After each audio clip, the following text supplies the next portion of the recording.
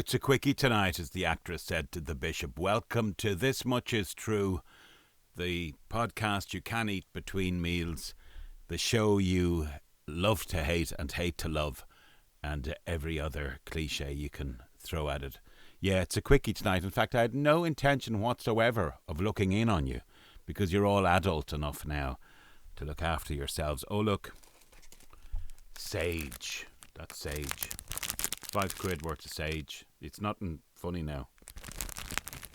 Yeah, I'm going to sage the place to get rid of the bad vibes, because you do know I'm a supernatural, paranormal kind of guy, which reminds me, the latest, if you haven't checked it out already, episode of Scary Era, you will find it here on my YouTube channel. What the fuck was that? Did you see it? Gone down there, side of the screen. It wasn't an orb, was it? And you could say it's dust, but it's not. It's only this camera, though, that picks it up, I think. Where was I? Yeah, so it's been one of those days that kind of got away from me. And yet I was working. Some Egyptian musk, right? Because I'd like my incense. I burn my incense. Now, my wife's after getting some for her friends up north. She got the box and all, you know. But hers were like, you know, like the old... You'd go on holidays to Greece and you get the phallic thing. They're towers. They're not a horizontal box. They're towers. And I have to say, they sure as hell knock the smoke out of them better from the incense. You think there's been a new pope elected when you see the smoke coming out of theirs. So I'm kind of looking at mine going, any chance of a swap? But she's not going to swap because mine looks kind of damaged now. Maybe that's how the terrible LA fire started. Was it just somebody burning joss sticks? I'm not being facetious about it. Of course, it's terrible. That said, some of that city is definitely a den of iniquity. It's almost biblical that it's been burnt to the ground. But of course, I don't wish anybody to lose their house. So, as I said, not being facetious, that word. Just saying. Nigel, you did mention to me before the Queen album. Was it Bicycle? I Want to Ride My Bicycle. There was a kind of centre spread in it, wasn't it? And all the ladies were on the bicycle in their nip, as we say here, in their nude. I do recall that, because for research purposes as a teenager I would regularly look at it. There was part of the anatomy you couldn't really see. Doesn't matter how many of them there was, it was strategically taken. And to lower the tone some more, I did see an interview many years later with the producer, I think, of that video, and he did make the point that after the shoot, the bicycle company came along to them and said, you are going to have to pay for the replacement of all the saddles on those bicycles. So the production company had to pick up the tab. Do not ask me why. I don't know. It's just a point. Now, things of beauty. What inspired me to make this video tonight is I'm very in love with a part of the world called Venice in Italy. I love Italy, full stop. It's very much a home from home for us. Got married in Italy. Been there several times. All the way down to Sicily, Tuscany, many times in Venice, in fact quite recently. So what I do to calm my mind at times is I look in on it on webcam. And by the way, you'll pretty much find a webcam for any area that you like. So if you like, well, Dublin City's a bit of a mess. Dublin Bay isn't too bad. I'm sure there's parts of the States and your part of the world that you can look in right now, or a part of the world you love or like, and just be there, virtually, almost. So I do that. I'll go into Venice. At night it's particularly nice, and I'm going, oh, I could be there now. Drinking a Bellini, having a glass of red wine, eating the beautiful Italian produce, as if to say to me, but anyway. And it's like the 13th, don't like that day, but it's kind of time to give up Christmas And yet I'm looking at the Christmas tree. It's still lit. My beloved loves her few little lights still in the house, and she's loath to let them go just yet. And I'm saying, have that Christmas tree ready, because when Steve passes by in his big van, Steve is brilliant. He always helps us dispose of the Christmas tree. One year we did it ourselves. We walked, I don't know, half a mile, maybe a mile. And she said to me, it's a test of our marriage. Can we carry the Christmas tree down to Sandymount? Which we did.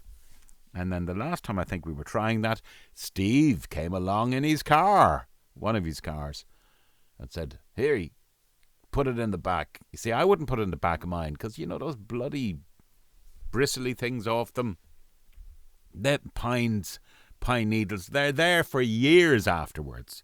Doesn't matter how many times you get the car valeted or valeted or whatever the term is. But anyway, places of beauty, things of beauty. If you've got an item of beauty, just look at it as well. Just look at it and enjoy it while you can. Who knows what's around the corner? That's why I'm trying to start afresh with my sage my studio, I will. But I do look in on Venice and I see the Rialto and the boats and the gondolas even bobbing up and down. It's very, very peaceful.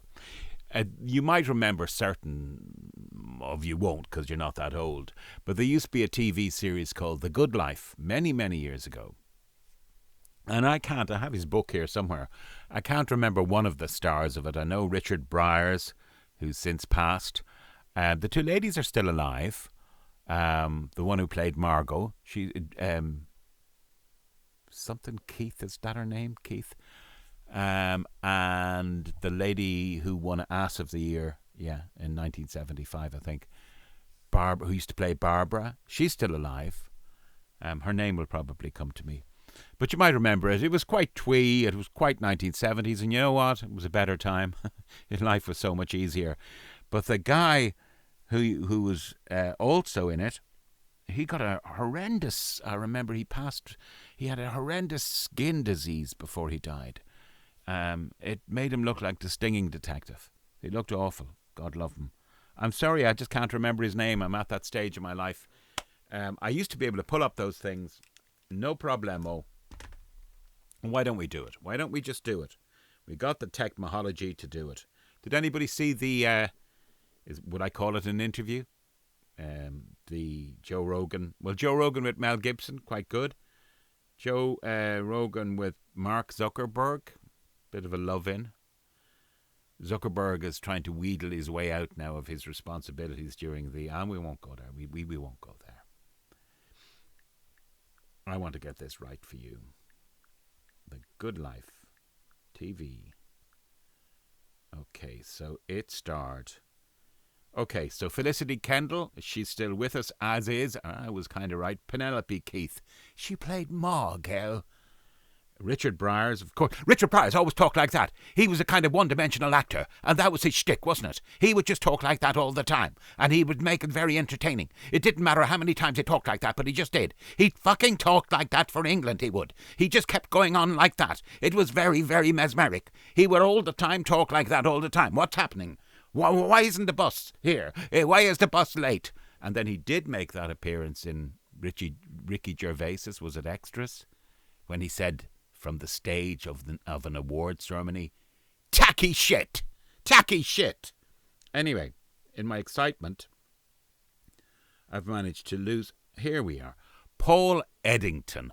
What brought me to Paul Eddington?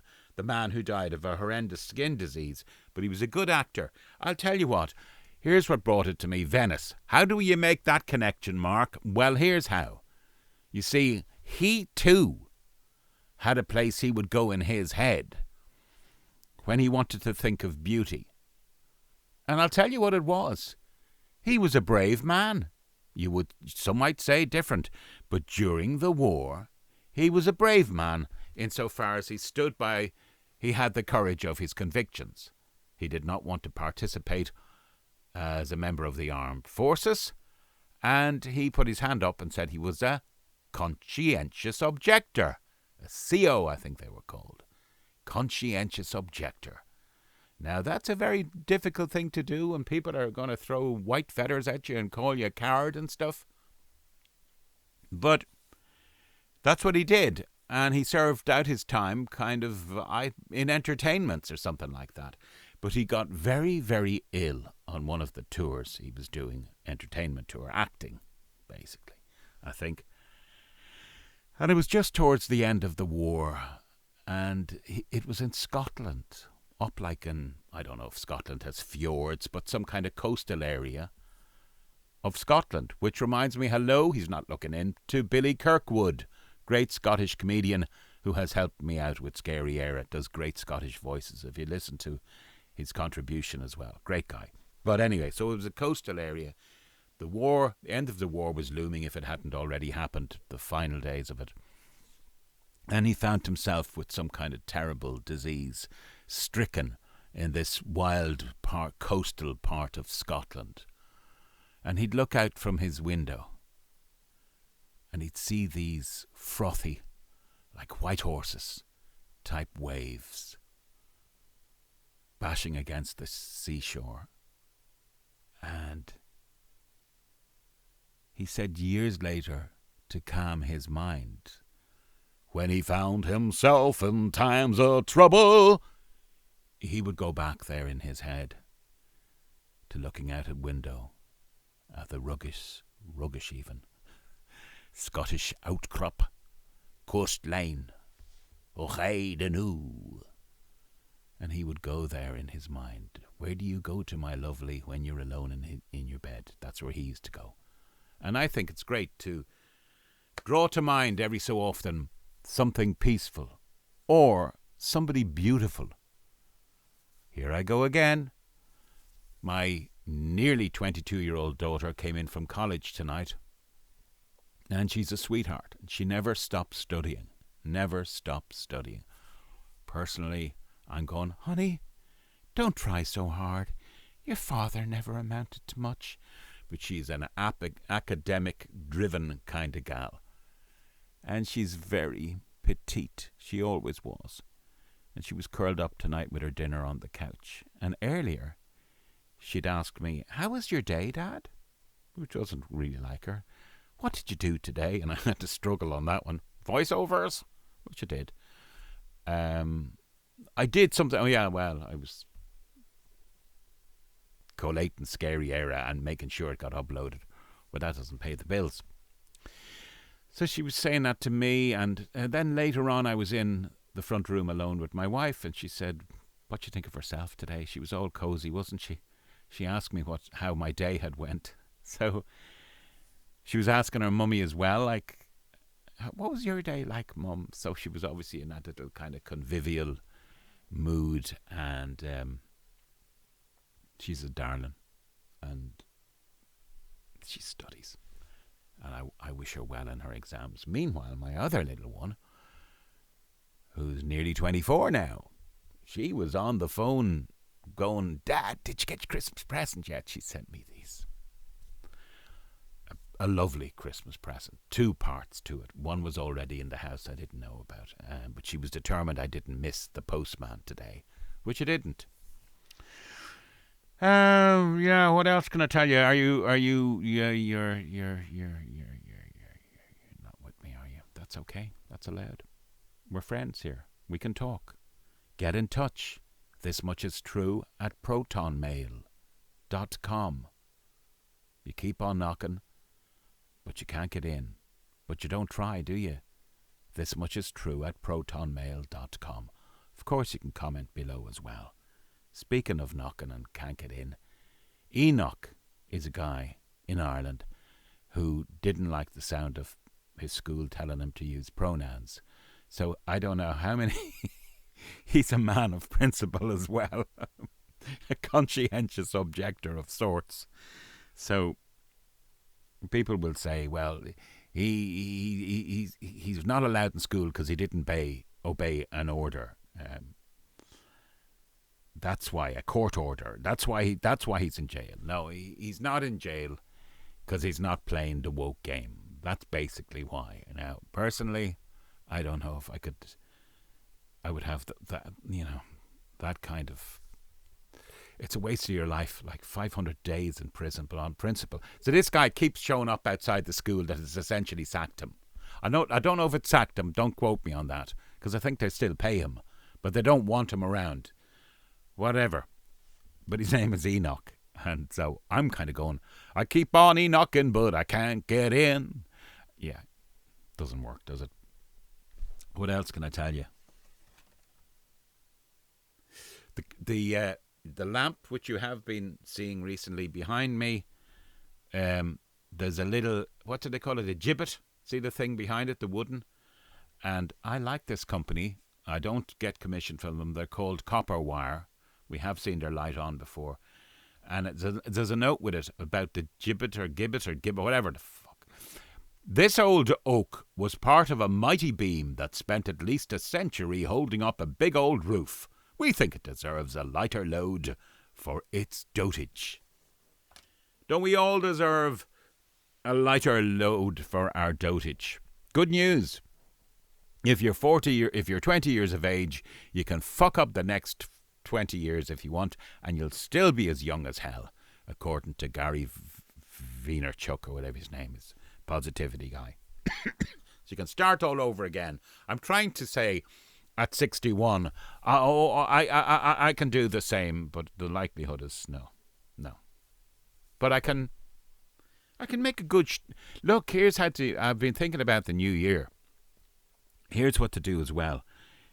Live it on purpose. Live it on purpose. I've been saying to make progress. That's cool, because I have.